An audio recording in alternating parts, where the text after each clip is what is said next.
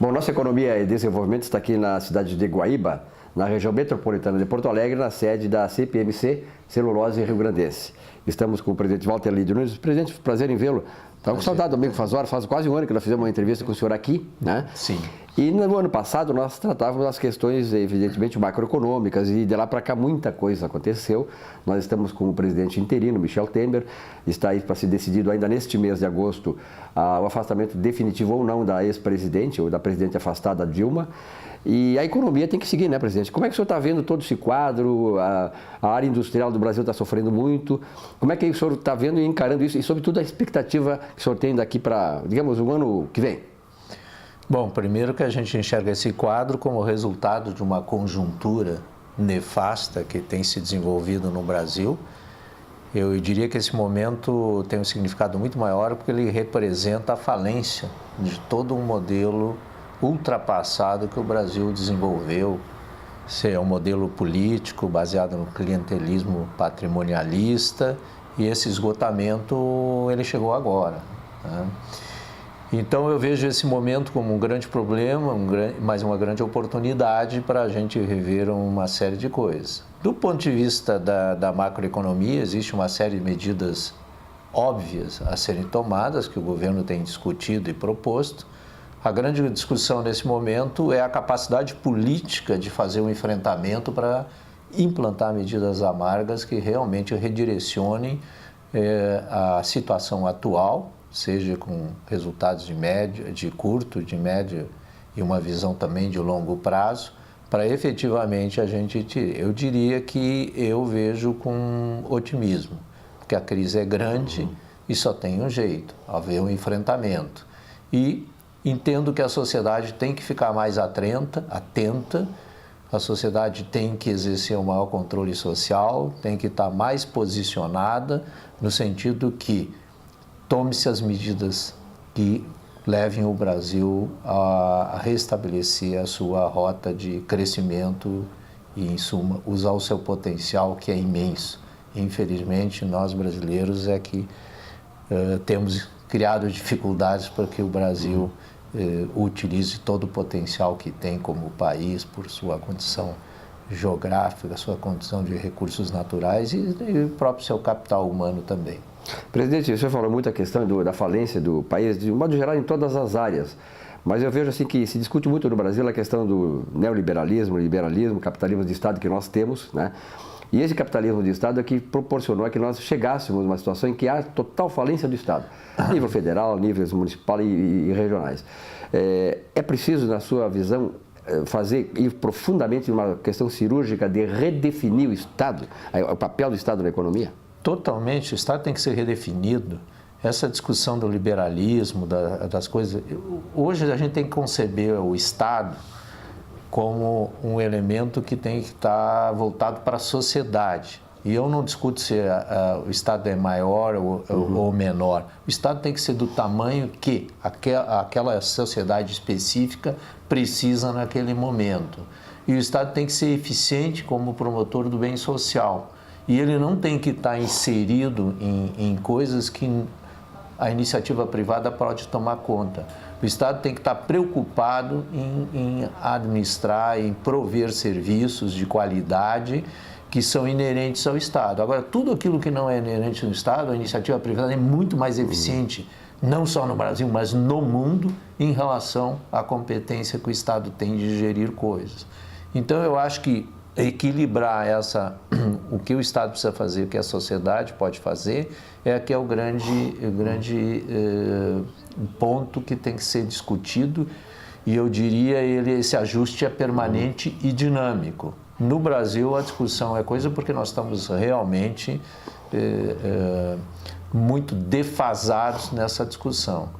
Quando eu vejo em companhias estatais que nem Petrobras, essa falência, essa maior prejuízo mundial que uma companhia já teve, quando eu vejo o Estado tendo uma distribuidora de petróleo, isso é absurdo, isso não é coisa, isso é inaceitável para um país como o nosso. Nós tínhamos que estar se preocupando com saúde, com segurança. Segurança é o único item em que o Estado não pode abrir mão, não pode privatizar. Então ele tem que se esmerar nisso aí. Até na educação ele pode privatizar, ou parte disso privatizar, na saúde também. Agora, na segurança não pode. Essa é uma atividade que tem que pertencer totalmente ao Estado. E o que acontece?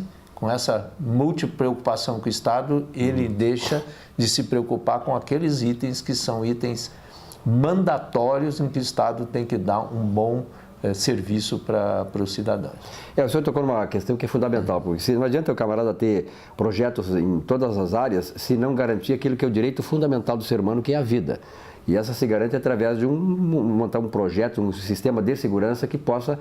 Não temos hoje garantia de sair e depois voltar para casa. Quer dizer, hoje a questão da falência dos presídios mostra que a falência já ocorreu lá atrás. Aquilo ali é uma decorrência da falência anterior de educação, saúde, segurança. Mas, presidente, uma das coisas que eu li uma entrevista do Pedro Parente, atual presidente da Petrobras, e ele disse assim que o Estado precisa, como o senhor defendeu aqui também, ser necessário, ser um Estado necessário, nem mínimo nem máximo, mas, sobretudo, tem que ter um bom gerenciamento. Significa dizer o seguinte, até aqui, o sistema político brasileiro, que o senhor também criticou, ele estabeleceu, privilegiou, por exemplo, o gerenciamento por gente política, apadrinhados e tal. A profissionalização, o gerenciamento da máquina pública é fundamental para nós escapar dessas crises também. É claro, hoje em dia a capacidade de gerenciar que faz a diferença. Se as empresas, a iniciativa privada não tivesse uma alta capacidade de gerenciamento, o que aconteceria? Nós teríamos absolutamente uma grande quantidade de falência de empresas. Né?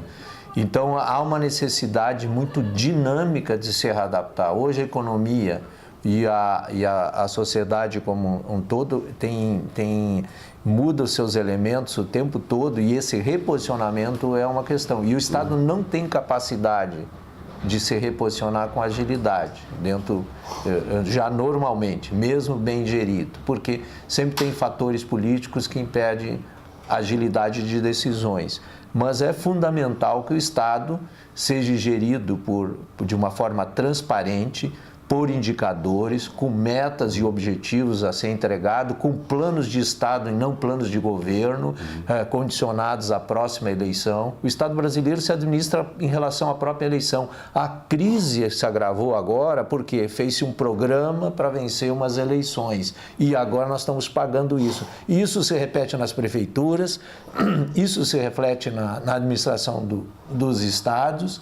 Em suma, nós não temos um plano de Estado, nós não temos ancorado para trazer benefícios e suportado politicamente pela sociedade. Bom, o senhor falou nas reformas, e as reformas são fundamentais para o país dar um novo, digamos assim, rumo para o seu desenvolvimento mais equilibrado e mais justo. Duas das principais reformas que estão em discussão dizem respeito, em primeiro lugar, à reforma da Previdência Social, que é necessária e fundamental, né? O país aí está hoje ficando mais velho, as pessoas estão tendo mais longevidade, é preciso adaptar isso às questões atuariais da Previdência Social. E a outra reforma é trabalhista. Nós temos uma lei trabalhista aí de 60, 80 anos atrás.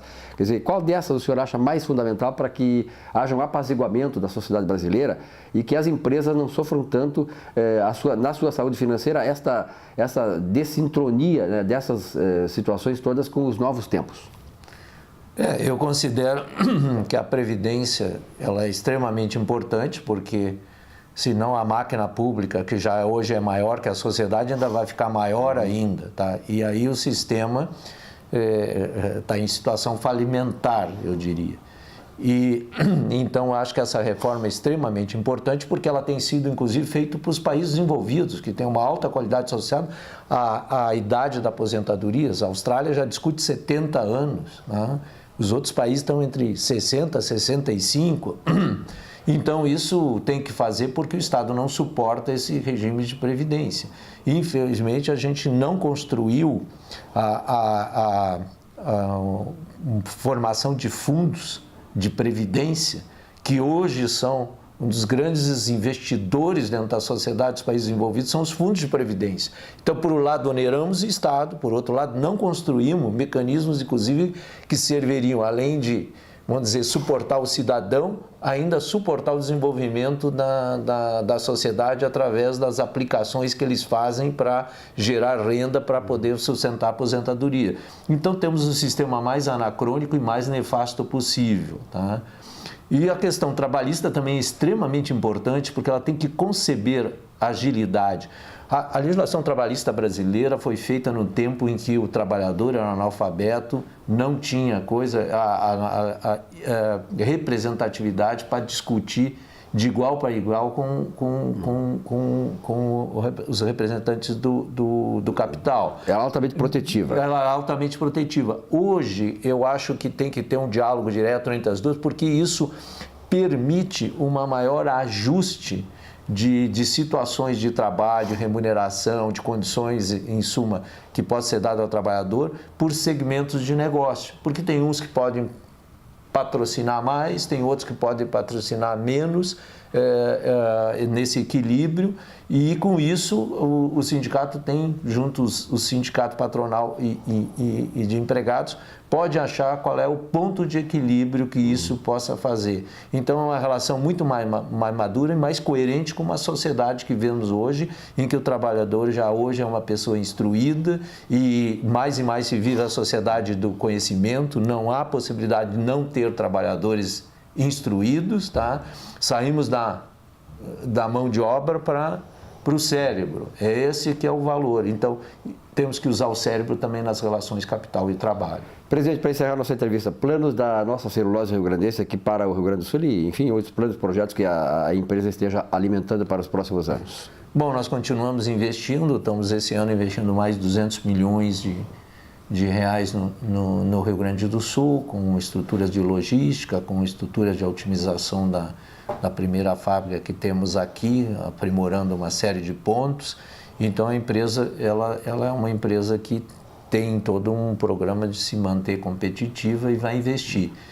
E hoje, talvez até no futuro, dependendo das situações de regulamentação no país, podemos até, de repente, crescer mais em termos de produção de celulose aqui no Brasil. O senhor é um otimista por natureza. Qual é a sua previsão, assim, a sua estimativa de crescimento, já que o Fundo Monetário, nessa semana, aí estabeleceu que o Brasil, ao invés de ter um decréscimo, como tem tido nos últimos anos, poderá crescer 0,5%. Já é uma coisa de positiva, né? O ano que vem. Qual é a sua estimativa?